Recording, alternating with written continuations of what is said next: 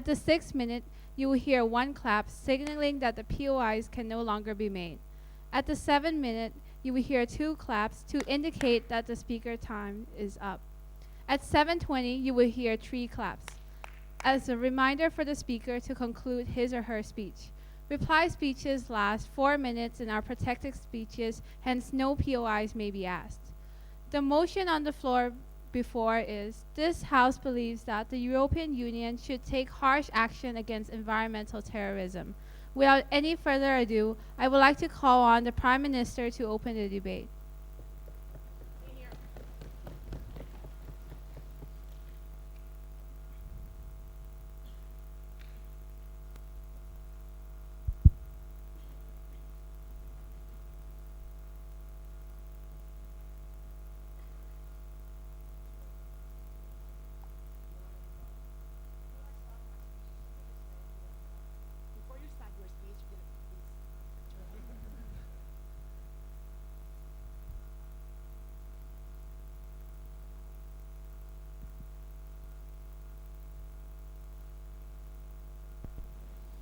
Test.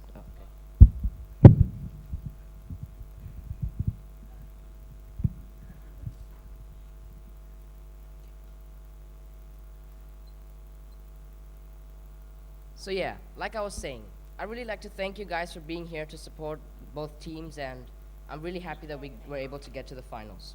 Okay, let me define this motion for you. What do we mean by environmental terrorism? We mean that it's the unlawful destruction of resources in order to deprive others of its usage.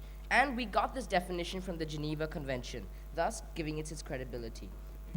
Okay, next one about what are these people destroying? These people are destroying natural resources that can be used for facilitating the human beings and their daily life processes. And we see that these terrorists are damaging this facilitation and taking away the rights of the people. I'll extend about this. What do we mean by harsh action? We have 2 levels on this. The first one being about we catching them. We're gonna catch them and put them in military detention centers. And we're gonna use the harshest methods of interrogation from the Geneva Convention. Second level, if we see that we're not going to be able to catch them, and these people are posing a potential threat, we're going to use drones to eliminate these people.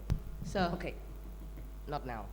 Okay, next about my problem. We see that the problem in this debate is that we are running out of natural resources, and these resources are a very potential usage for all human beings. And these terrorists are contributing to the depletion of the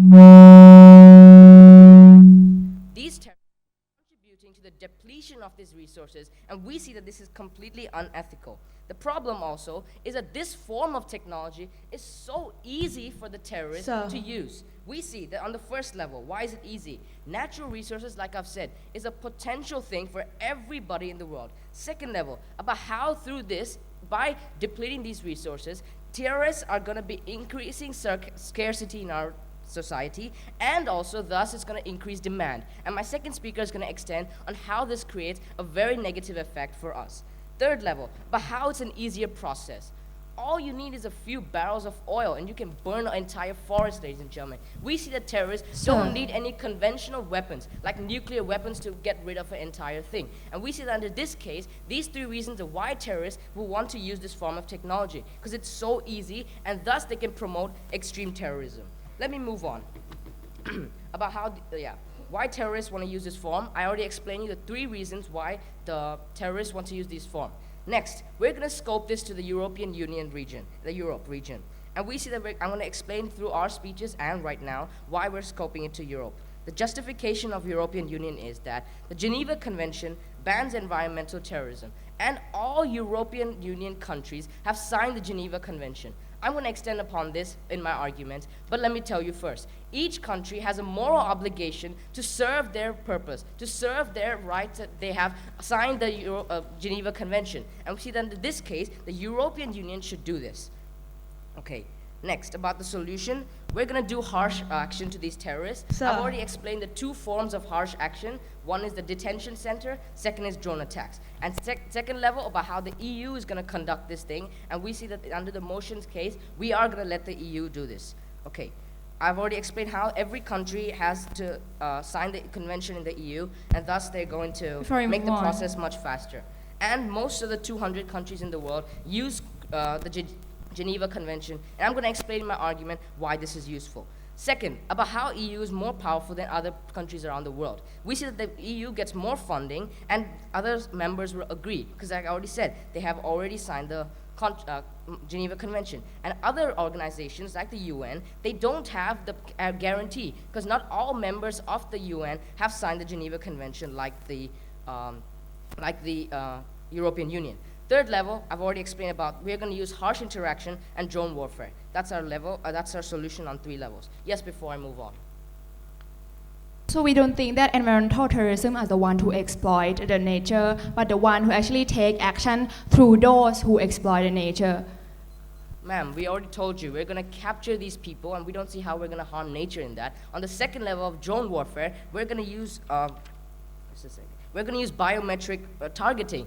Drone warfare has the current latest technology of biometric targeting. And we see under this case, we're not going to cause any potential damage to the environment. That would be contradicting ourselves, and we don't want to do that. Team splits in this debate. My argument is a moral argument. I've got 2 levels on that. The main level being the precedent and how the European Union creating this first step in society creates a precedent for society. My second speaker is going to come up here and talk about scarcity. He's going to show you the economics of supply and demand and how we're going to be maximizing resources under our case, while the opposition team is going to minimize resources and hurt the economy and hurt the society at all. Okay, moving to my first level, about how it's our potential threat. We see that this is the nastiest threat considered by the world. The world considers it to be the nastiest threat because it's the easiest to kill people. Example, blowing up a coal mine. We see that it not only takes away the resources, it can blow up and has other effects on people around it. I already explained you the 3 reasons why this form of technology, terrorism, is very easy to use by terrorists and why they will want to use it. And we see that these terrorists want to harm people in the maximum way. And how do you harm people in the maximum way? By hitting them in the core of their heart, where? The economy and the natural resources. And we see under this case that they're going to ruin everyone's life. My second speaker will extend on the economic. And these people have already caused more than $100 million damage just in a few countries in Europe. We see that if we calculate this worldwide, it's a very big threat. And we see that this is going to create the first step. Moving on to the second level of how it's a moral obligation of EU. We see that we need to diminish this motivation of terrorists to harm people. And we see that we must stop it in the European Union first. Why? We see that the European Union is going to act as a precedent. Why? Because the European Union, all countries have signed the Geneva Convention, and there are many other countries that signed the Geneva Convention also. So we see that this is going to act as a precedent for them. And another thing, like I said, we're scoping into the Europe, so we see that it's a moral obligation of the EU to help save their own country. Next, about how we have to save the market. I don't want to extend on this because my second speaker is going to show how we're maximizing the market and not harming the market under our case. So what have I shown you in our debate? I've shown you how we have the moral obligation to save lives because these terrorists are posing a potential threat towards humans by posing a threat to the natural resources of the people. We see that I've shown you 3 ways of why terrorists will want to use this kind of terrorism. First one being it's easy, second one is everyone needs it, and third about how it's a very easy way. We don't need conventional weapons. Second level about how it's a moral obligation and it acts as a precedent. So for all these reasons, I'm really proud to propose. Thank you very much.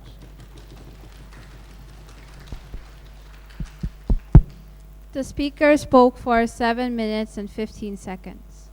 7:15.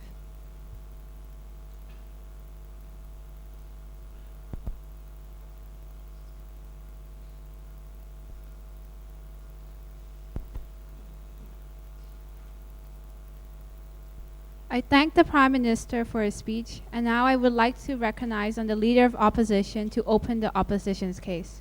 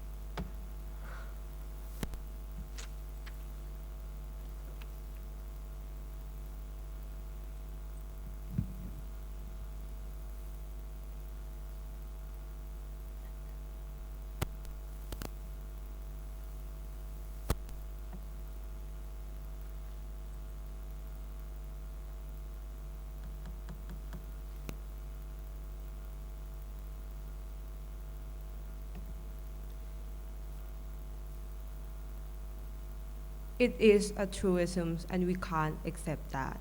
We think those we think that those economists terrorists are already punished under the status quo. We think those ecology terrorists are already punished under the law, under the international law, and we don't think any countries accept that. So we don't think it is fair to actually debate in this paradigm. Ladies and gentlemen, we think side proposition has missed the definition of the motion. We would like to extend the debate to the point that we would like to define environmental terrorists as a terrorist group who fight, for example, non-governmental organizations, for example, Sea Shepherds, who actually take down those ships for the cause, for the greater good of the environmental security. Ladies and gentlemen, so we think this paradigm is more fair to debate. So moving on to my first rebuttals, when they define about the ecology terrorist group. Ladies and gentlemen, we think they have missed the point, and all the cases are not mutually exclusive, because we always punish those terrorists who actually hijack people, who actually hijack the environment. We think it is already bad, and the international community has already condemned that. We don't think there is any greater good, or there is any greater harm, or there is any greater benefit coming out from side proposition. We don't think you can differentiate your case. But moreover, ladies and gentlemen, even if you say that those terrorists are harming the environmental, we think those terrorists are doing for the greater good, because they shoot down the ship, because they want to make sure that whales are not being killed. Ladies and gentlemen, they go down and they put traps in the forest because they want to make sure that trees will not cut down more, because we don't think that acts are tolerable. But moving on to the second rebuttals, when they talk about the EU and how countries agree on Geneva Convention. Ladies and gentlemen, this is always a truism. Every country is forced to agree on Geneva Convention. We think they say this is true, so that's why we think those kind of ecology terrorists cannot be legal under the status quo. Moreover, ladies and gentlemen, we think side proposition characterization is wrong, because we think that those terrorists are not fighting for their own groups, because if they're fighting for their own group, we think check and balance always be there, laws always deter them from not doing so. But we think even if they are doing so, we think they are achieving the greater good of the society. That's how environmental must always be protected, even if they take harsh action, because at the end of the day, we think security to the environment will be gained, right? But moreover, on the last level, we think there is a contradiction within that case, because they point out they want to actually use the drone to actually attack the terrorists. Ladies and gentlemen, when we talk about the goal of EU, they want to promote peace. They don't want to undermine, they don't want to condone violence. So that's why we think it is actually a contradiction under the paradigm that they want to actually use drone. We think it is missing the conception of EU, and we don't want to use it. They need to clarify on this point. So ladies and gentlemen, what we are having in today's debate, we think side opposition want to provide you with two criteria. First, we think that in the national territory, we think government of the state has right to shoot down the ships, to shoot down the ship that actually commit illegal whaling or illegal environmentalist acts. And moreover, we think those states can rescue people from from those illegal business. But we can still save life of the civilians, but actually we want to take down those illegal ships down. But moreover, on the second criteria, when we talk about international border, where government of the state has no legitimacy to actually shoot down those illegal business, we think we are going to allow those environmental terrorists to actually patrol those ideas by the EU who not prosecuted them. But we think we are going to collaborate with them under the condition that they are not harming innocent civilians. So ladies and gentlemen, we are setting the yardstick to you that we are going to allow those environmental terrorists to actually take place, because we think that those environmental terrorists are in the best interest of them to protect the environment. And we think we think the reason that they are fighting for a good cause, we think they don't deserve harsh penalty from EU. But moving on to my first substantive, when we talk about environment, is an urgent issue. Ladies and gentlemen, sure, we think environment is important and needs to be protected. We think we can't wait any longer, because we think whales can't be recreated, forests can't be revived back in a blink of an eye. So we think that sometimes we need to rely on those environmental terrorists. Ladies and gentlemen, when we talk about national territory, we think government has an authority to take care of their land, so we think that's fine. But moving on, but when we talk about international territory, when there is no clear distinction of how much action this certain state can take. We think when there is a political game out there, when there is a relationship between countries that is a matter of discussion, we think we need those environmental terrorists to actually act with the help of EU to make sure that those people will not act out of the way. So moving on to the second substantive, when we talk about how civil disobedience is justified. Ladies and gentlemen, we think environmental terrorists are not applying the excessive force on people like their characterization, because we don't accept their characterization, right? So we think it is within the best interest of those terrorists to actually, who genuinely want to take care of the environmental, that they are not going to harm civilians in any way. But moreover, that those environmental activists who still need support from the people, from their fund, so that's why they are not going to kill random people. Ladies and gentlemen, we think we bring to you this thing. We think there is a clear distinction between terrorist group like Al Qaeda and this group like Sea Shepherds, right? Ladies and gentlemen, we think that those Al Qaeda groups are killing people, are fighting for their own ideology, are fighting for their own oppressive regime. But we think these environmental terrorists are taking action for the sake of the society, for the sake of their environment.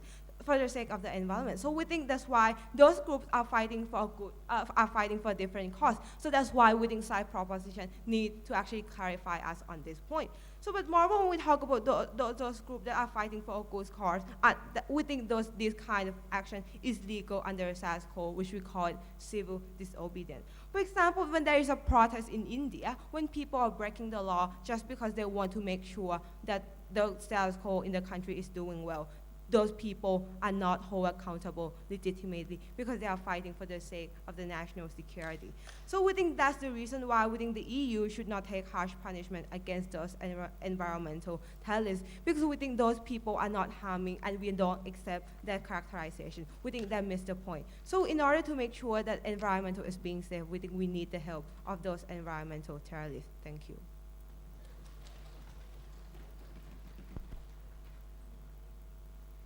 The speaker spoke for 7 minutes and 19 seconds. 719. I thank the Leader of Opposition for her speech, and now I would like to invite the Deputy Prime Minister.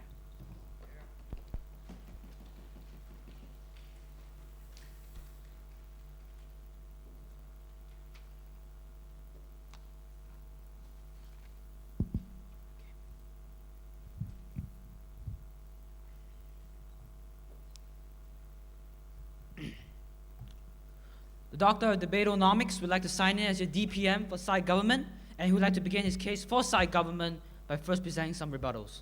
It seems that side opposition's whole offense on us about the definition has been completely flawed, and thus their whole argument has been flawed. I shall now prove it to you in this rebuttal. First off, it seems that they have completely misunderstood the definition of this whole debate, ladies and gentlemen. We have come up here and defined environmental terrorism as the fact that it's unlawful destruction of natural resources as to deprive people of its usage. Yet they came up here and gave a wrong definition and stated about their whole definition was based on another matter, which is eco-terrorism. We have to differentiate eco-terrorism and environmental terrorism, ladies and gentlemen. Basically, they came up here and gave a definition of eco-terrorism as the fact that it's the destruction, and we'd like to give the proper definition now of eco-terrorism. It's a destruction of man-made property and to promote environmentally friendly awareness of the citizens. So, therefore, we see that they have got the wrong definition because their whole argument is based on that. We have provided the environmental terrorism definition of the unlawful destruction of natural resources. And basically, if anybody here, side government, side opposition, adjudicators, or even anyone in the audience right now, were to get a copy of the motion right now, what does it explicitly say? That this House believes that EU should take harsh actions against environmental terrorism, ladies and gentlemen. Does it say anything about eco-terrorism, ladies and gentlemen? So therefore, we see that their whole definition, and thus an extension that their whole argument is flawed because they have argued on the wrong definition, ladies and gentlemen. Rest assured, I'll get back to you. Furthermore, we see that they say that we're promoting violence. We see that that is wrong, ladies and gentlemen. We are not promoting violence, ladies and gentlemen. My first speaker has clearly came up and said here and said that we're getting rid of terrorists that are posing a potential threat to people's lives, ladies and gentlemen. And we have said that our mechanism has specifically said that we will employ drone warfare with biometrical targeting that will explicitly and most accurately wipe out these terrorists without minimal damage, ladies and gentlemen. Therefore, we see that our side has provided even a better case of eliminating terrorists without promoting violence, which they have clearly misappropriately represented us, ladies and gentlemen, of promoting violence. Now, going on to the third part, ladies and gentlemen. They said that they want to stick to the status quo. Okay, we agreed that we'll stick to the status quo if we're talking about eco-terrorism. Again, we are not talking about eco-terrorism, ladies and gentlemen. This whole debate today is about environmental terrorism, ladies and gentlemen. We see that we are given the correct definition of environmental terrorism, which I remind you again, the unlawful destruction of natural resources to inhibit people from using it. And therefore, we see that, and it's provided by a credible source, the Geneva Convention. Therefore, we see that our definition is correct. And again, that's why we cannot stick to the status quo, because they're arguing on the wrong point of eco-terrorism. Again, ladies and gentlemen. Now, before I move on to my arguments, yes. Don't you think that the unlawful destruction of natural resources is already prohibited and prosecuted under the status quo?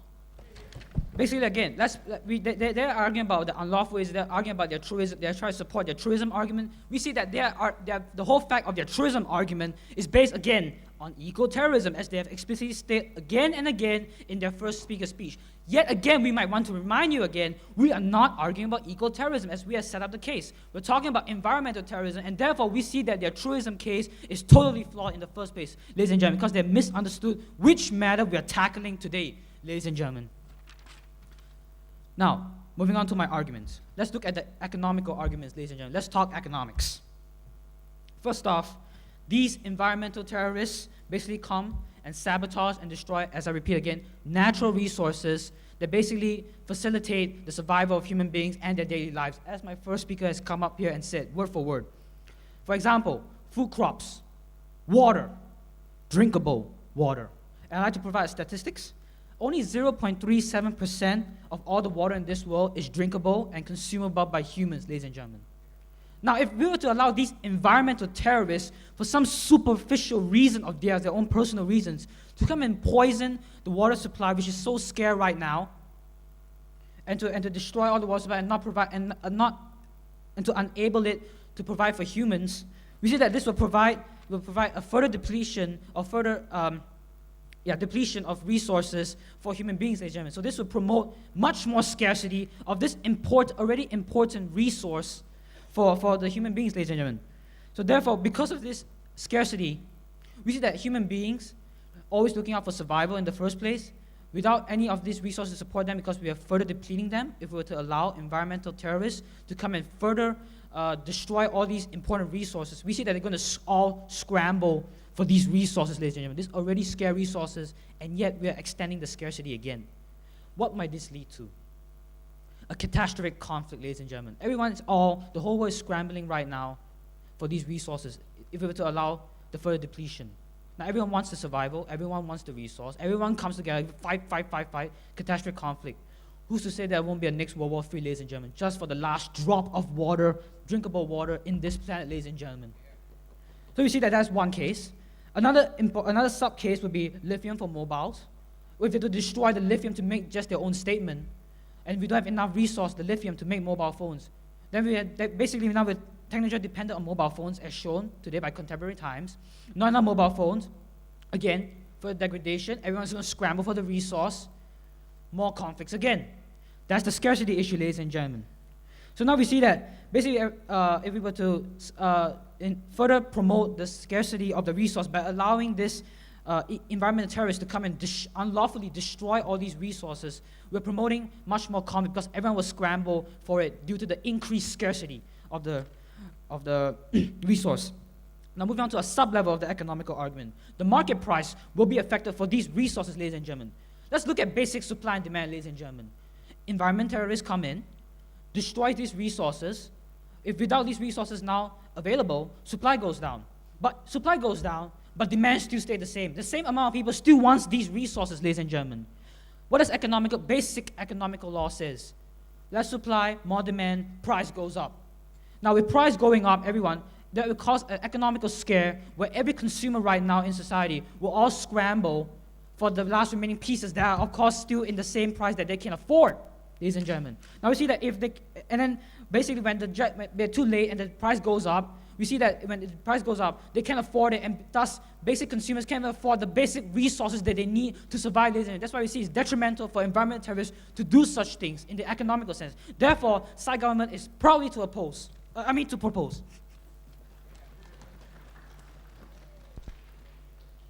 The speaker spoke for 7 minutes and 20 seconds. 720.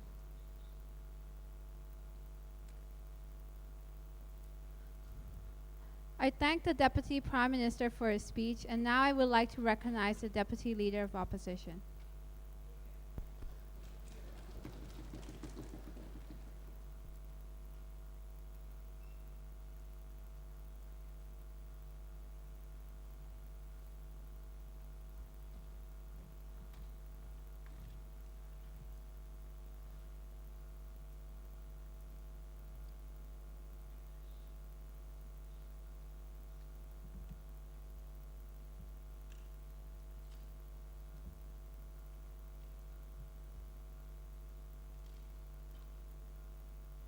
Ladies and gentlemen, the opposition side in today's debate regrets so much that the proposition side actually failed the stand of the motion and failed the definition of environmental terrorism. We think that by your definition that you give us so it will be my first rebuttal about the clarification of difference of eco-terrorism and environmental terrorism. We see that by the definition of the proposition side, that it is about unlawful destruction of natural resources. We think that it directly goes to eco-terrorism when they are the one who actually exploited the natural resources. But we think that what we mean by environmental terrorism that is recognized in the status quo, that is recognized by everyone in the society, means by the organization who actually feels so passionate about those eco-terrorism, who feel that those eco-terrorism are so bad, so they need to take an action. They need to create that organization to actually deal with that problem. For example, like Sea Shepherd, that they actually they take action towards whaling ship because they think that whaling is not justified and they want to protect whale. So we think it's now clear, and it's a fact that everyone should know about. So we regret so much how they don't know about this. Even if you talk about the motion, we think that due to the motion, if it was really unlawful destruction, if it was mean by that, why do we have to debate today? When in the status quo, now the government already recognized under the law that when you commit something like destruction of natural resources, you will be punished, you will be penalized by the law. So with that, it doesn't make the difference. And if it was in that sense, we have no goal to debate.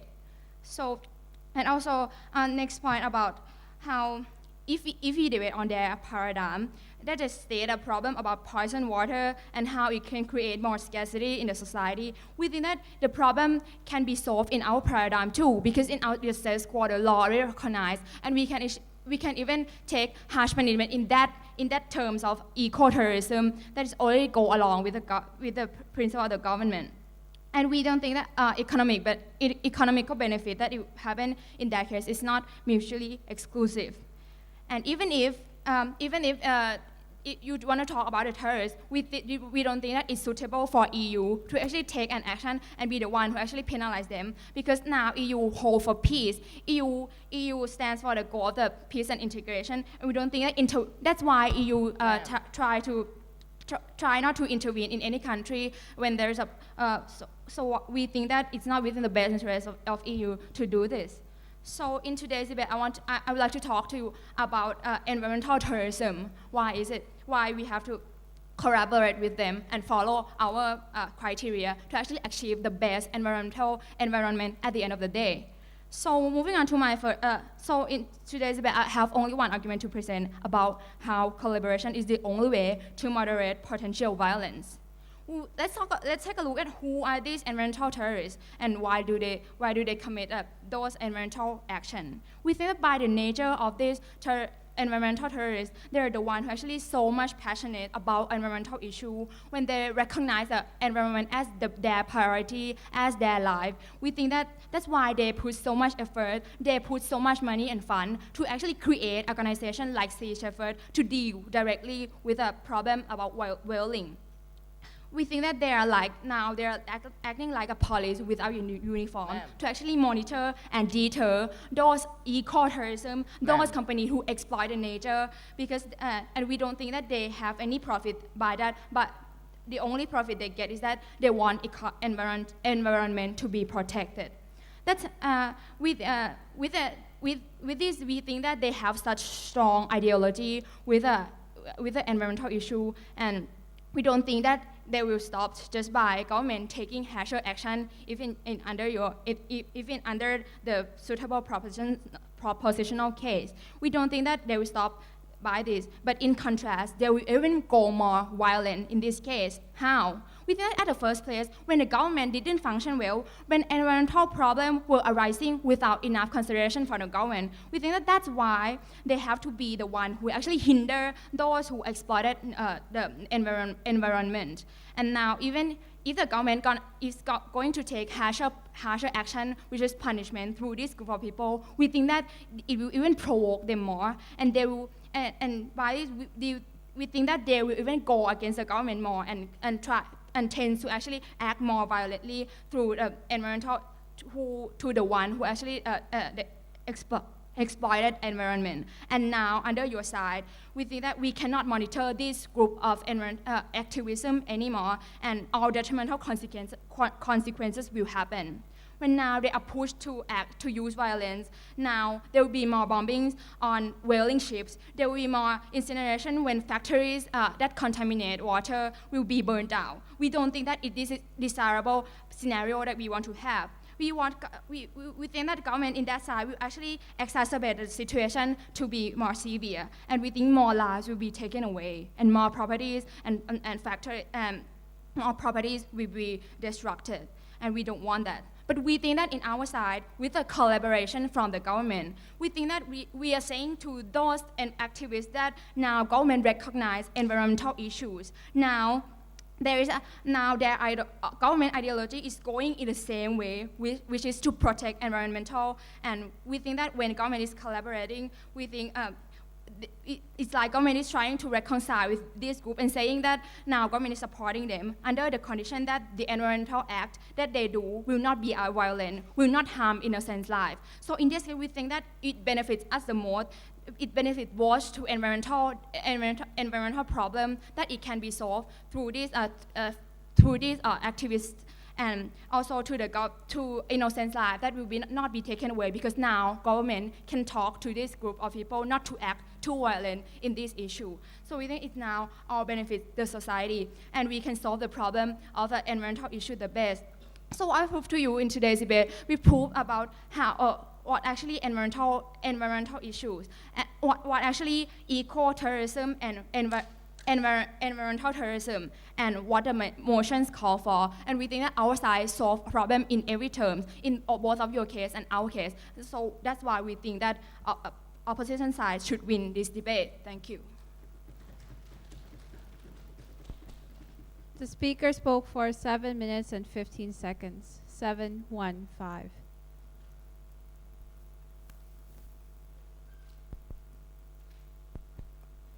I thank the Deputy Leader of Opposition for her speech, and now I would like to invite the Government Whip to conclude the government's case.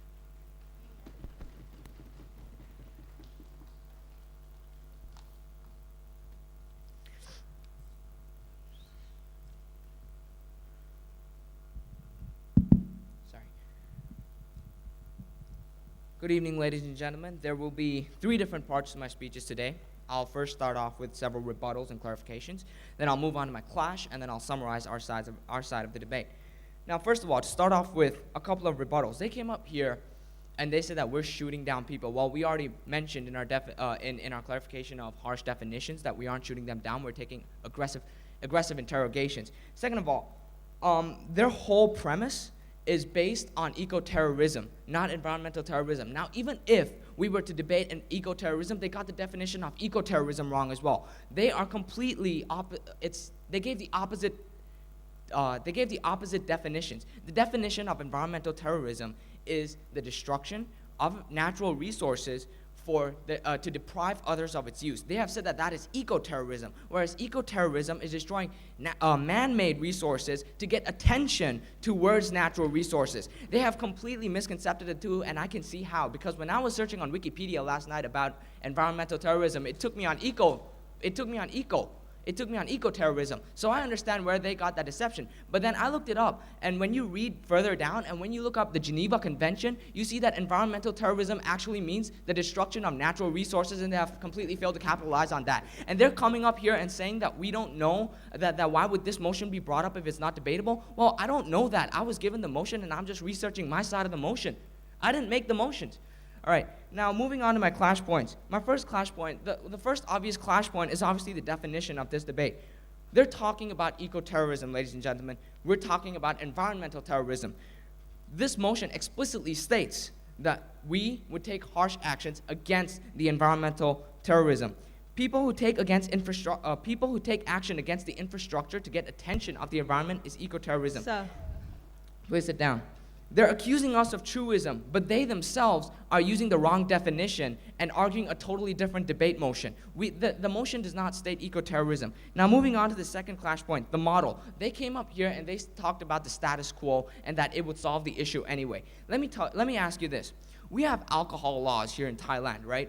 People under 18 are not allowed to drink. Do people follow them? I see kids drinking alcohol all the time. They said that if that laws are already enforced, then things will stop. Did they stop? No, it didn't. And just because it stopped, do we stop taking actions against them? No, we take harsher actions against them. And that is exactly what we're doing. Even if there was already a law, we have to take the next step because these laws obviously aren't working. And then they came up here and they questioned that the EU is supposed to promote peace. Well, yeah, we are promoting peace. How? Well, these terrorists are potentially harming the lives of other peoples according to our definition, not their definition.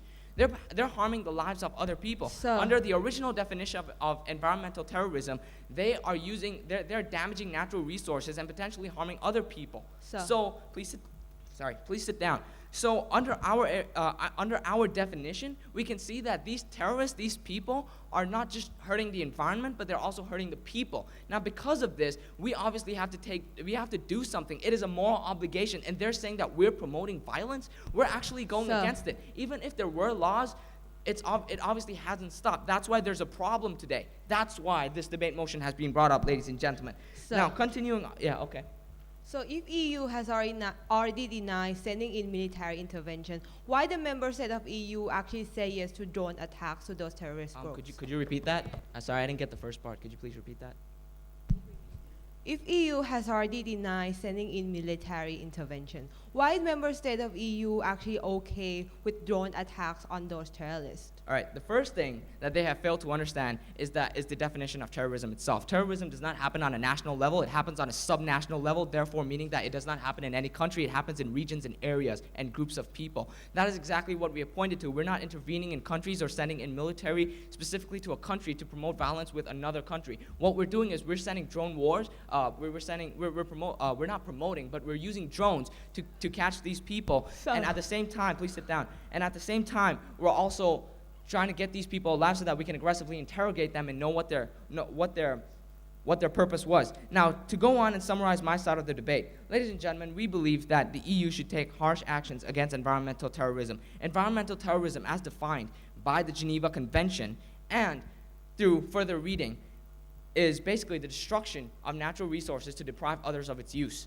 Now, this can happen in two different ways. This can happen by using these resources as a way to get to the people, or just destroying the resources itself so that other people can't use. For example, Saddam Hussein, before he was caught, what happened? He burned up his old oil well, right? Why? Because he knew that it was his last days. That, ladies and gentlemen, is an example of environmental terrorism, not eco-terrorism.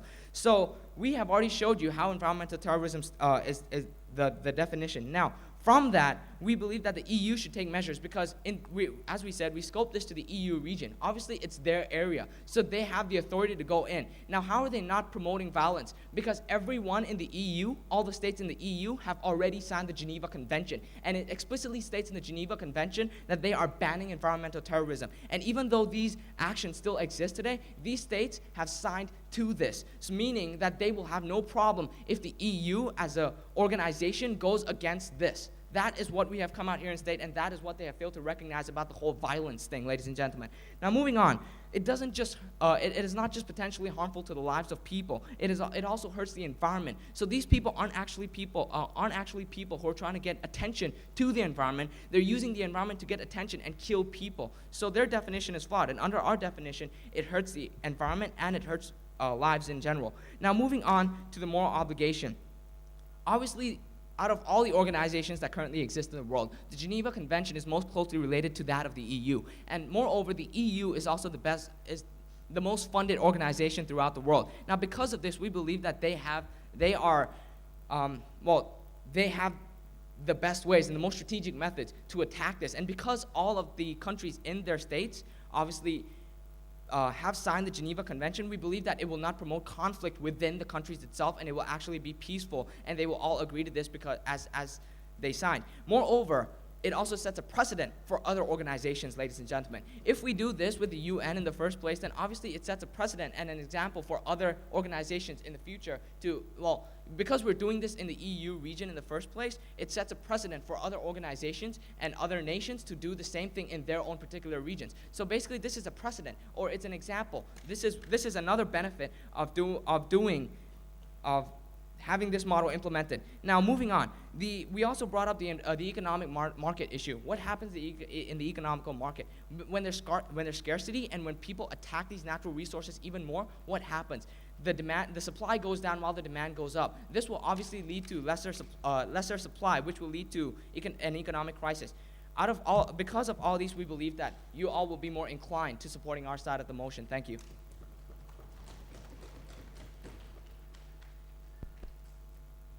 The speaker spoke for 7 minutes and 30 seconds, 730.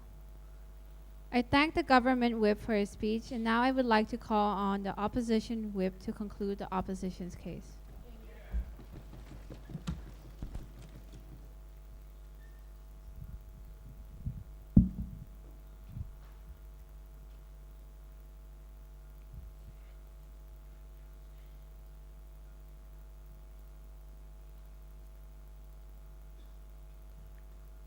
Hello?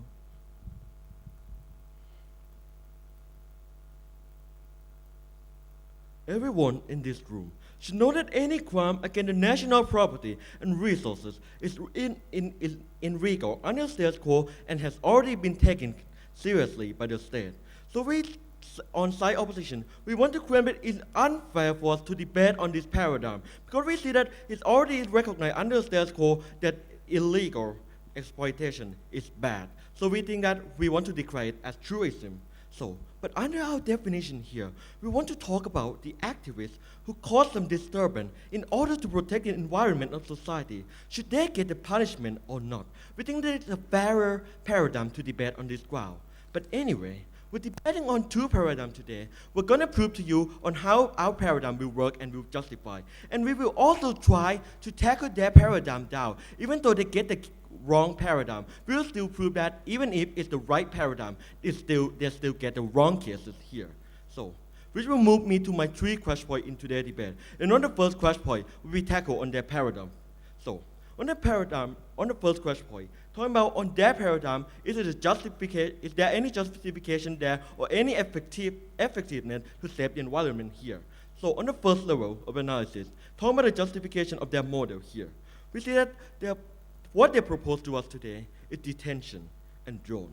We see that we're not really sure why we need extra punishment here, because we see that it has already been recognized under status quo that any crime against a national property will be taken seriously by the state. So we see that it's already been recognized under status quo. But we see that the further mechanism here will just cause more harm here. Why? First model of their side, detention.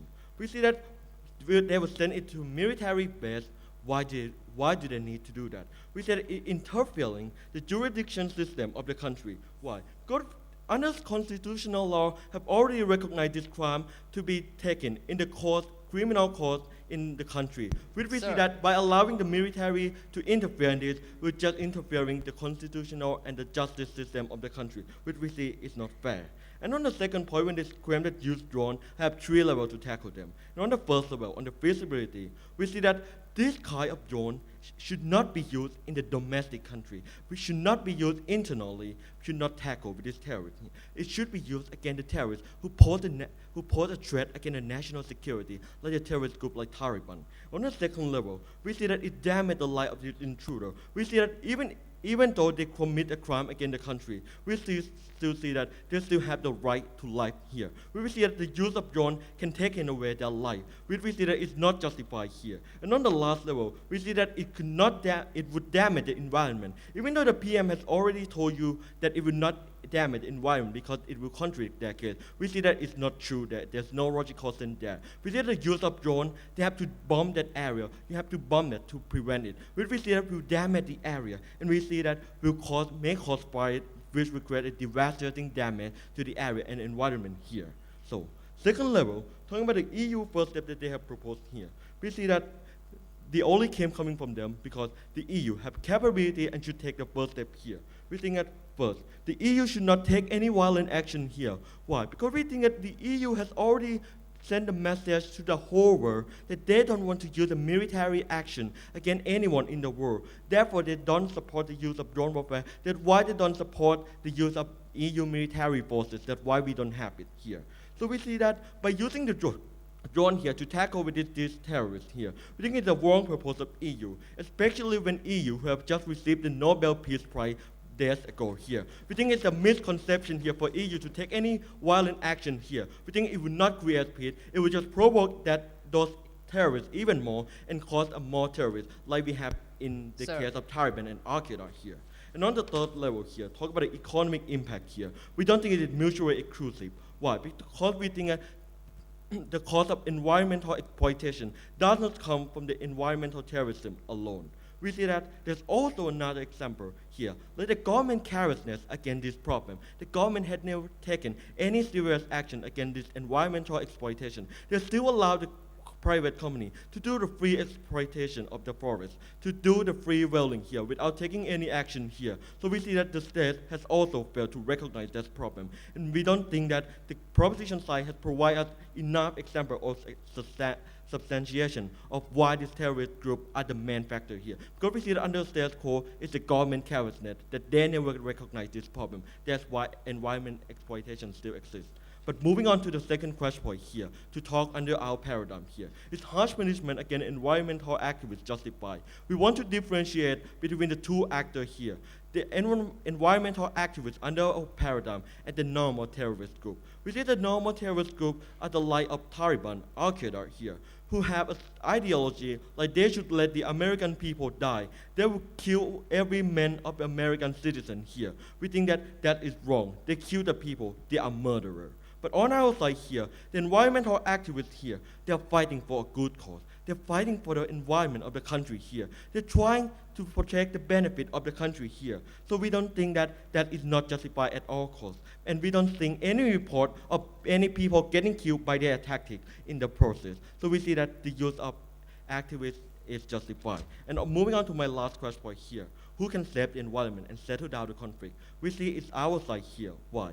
On the first level, talking about the saving environment, as my hour has already said to you, our mechanism here, that we want to collaborate with these activists here. It has already been done under status quo in the country of Australia, where they prevent any ship coming into their territory for whaling here. They will shoot down the ship but rescue the people to send a message to them that they do not tolerate any more violation of the sea sovereignty and do not tolerate any more environmental exploitation here. But we think that the EU should take a same stand here. Why? Because we see that domestically we can shoot the ship down, rescue the people, we can protect our own environmental resources in our own border here. But internationally, why we need their help? We think that why we need these activists' help, because there's political game in some border here, like international border, where the EU have no authority to interfere in that. That's why we send these activists here, to deal with this problem. But under our criteria, that they may not pose any imminent threat to their life. So we see that they will not take away any life of the people. So we think that it's justified and it saves the life of the people. And at the end of the day, we can save the environment. And on the last level here, when we can moderate the conflict, we think that by including these activists into the main system here, it's like the case of parasite here. When we include the terrorist group into the country to reconcile with them, so we see that it creates pain, it makes them raise out their weapon here. So we think it's the same case here. So we think that on our side, we have taken this debate.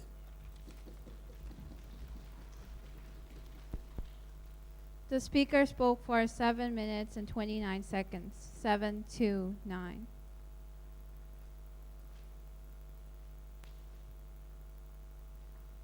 I thank the opposition whip for his speech, and now I would like to invite the opposition reply speaker.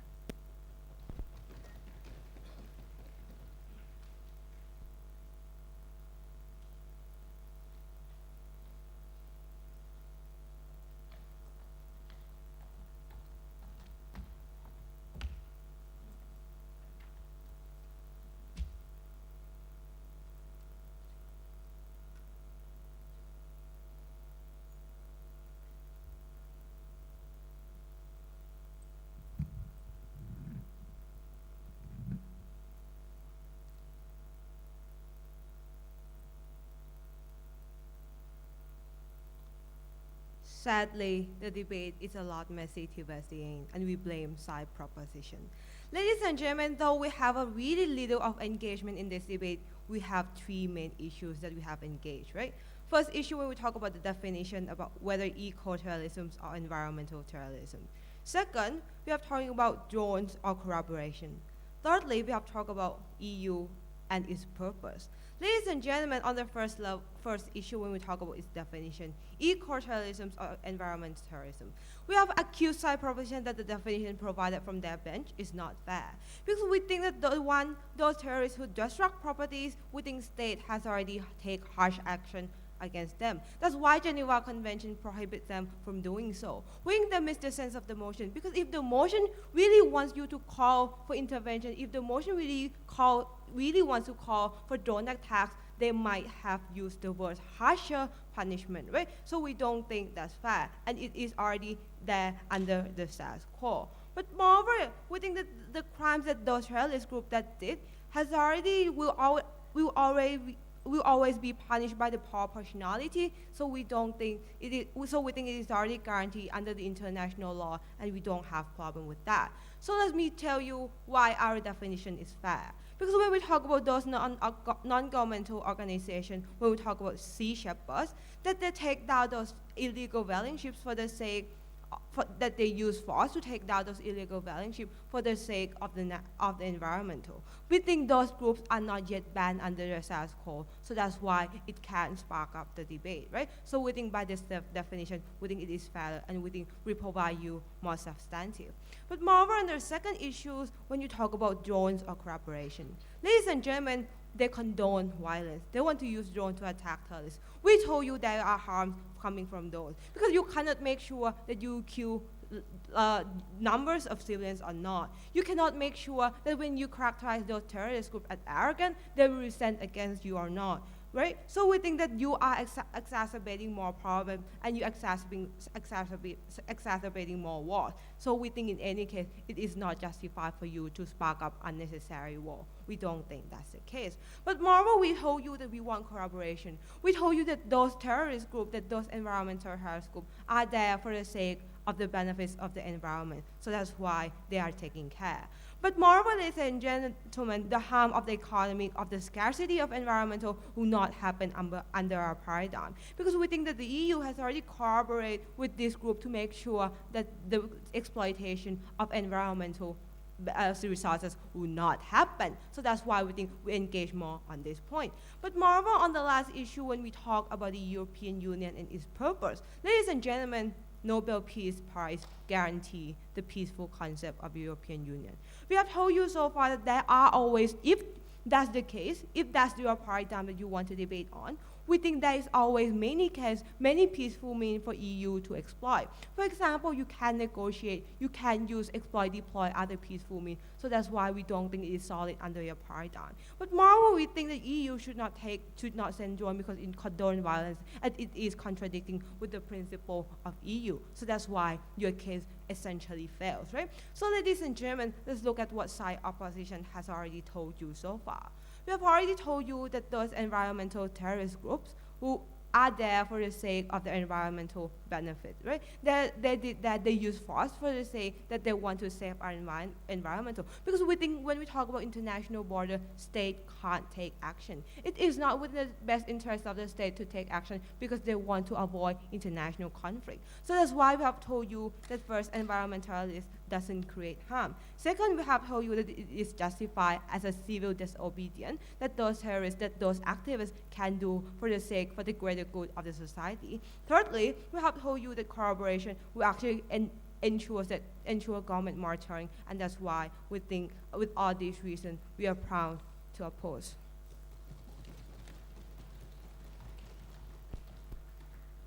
The speaker spoke for 4 minutes and 22 seconds. 422.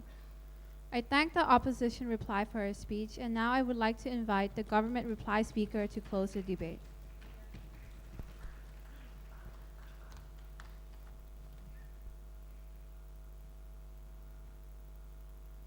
Ladies and gentlemen, let me comment on that messiness that the opposition is saying that we have created. First off, they didn't fit by our definition. But even if our definition is wrong, it's their definition that's correct. They should be talking about man-made resources. They're talking about eco-terrorism, thus they should be talking about man-made resources. Let me give you an analogy to propose what this other side is talking about. They're saying that these terrorists are going to blow up wells to show the government that wells are important. We're saying that these environmental terrorists are bombing those wells to make sure that other people don't get water. They're talking about natural resources. That is our definition. That is our side, ladies and gentlemen. But they're supposed to talk about man-made resources, even if their definition was to be correct. So we see that their entire case is flawed. Secondly, we fail to see the linkage between these environmental activists, according to their definition, and governments changing their policies to adapt to make society a better place. They have only shown us that these people are going to do something like bomb a well, and that's going to create an incentive for governments to change their policies. We fail to see any linkage, even if there is, ladies and gentlemen. Next thing, about property attacks. They're misinterpreting our side, ladies and gentlemen. They said that we're going to do property attacks. This is eco-terrorism, ladies and gentlemen, not environmental terrorism. I don't know how many times we must repeat this. I came up here and defined it. My second speaker, my whip, and now in the reply, we've constantly told you we are talking about natural resources like water, coal, oil, all this stuff. We're not talking about the structural stuff like that they should be talking about. Next, about the right to life point. I don't know which speaker came up, but they said that we're taking away the right to life. First off, in our model, we clearly specified if we can capture these people, we're going to capture them and not kill them. When did we say we're going to kill them? Secondly, firstly, we're going to put them in the detention center and use the harshest methods according to the Geneva Convention to interrogate them. Second, we see that we're going to use drones to do biometric targeting. Where in that definition does it say that we're going to kill people or eliminate these people? On our two levels, we've shown you that we're not going to kill these people. On the other hand, their solution is to shoot down those vessels. Isn't shooting down those vessels also killing those people, even if it is those illegal things that we're talking about, even though they didn't fit the definition of property versus nature? We see that under this case, we are not taking away the right to life of people. Let me move on. Next, about what did we show you in this debate? I showed you about how we have a potential conflict here. These people can cause a very potential conflict by just using very easy weapons, using very easy things to cause a potential conflict. And we've shown you how we have a moral obligation to change this because we're scoping it to EU. They never talked about the EU. They kept on talking about worldwide intentions and international relations. We are talking about the EU. So once again, they didn't fit by our definition. We said we're scoping to the EU. They never engaged on that, and they didn't fit by our definition. So again, their case is flawed. Next, about the point of my second speaker, he showed you economics. These people are taking away those resources, which creates more scarcity, which decreases the supply, which increases the demand, because we need these resources. Thus, the society is going to collapse. So about the right to life concept, let me come back to that. People are going to fight for it. My friend and I are going to fight for the water bottle next there. We're going to fight and create right to life, and we're going to diminish that. So under your case, we're going to create that also.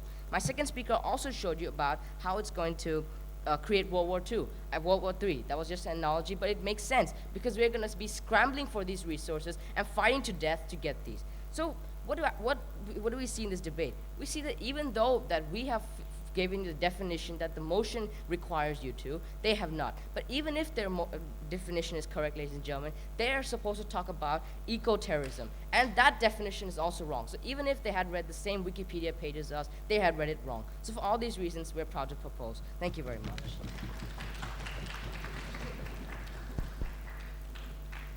The speaker spoke for 4 minutes and 9 seconds. 4:09. The House would like to thank both sides of the House, and now please cross the floor and shake hands. The adjudicators, please proceed to room 105.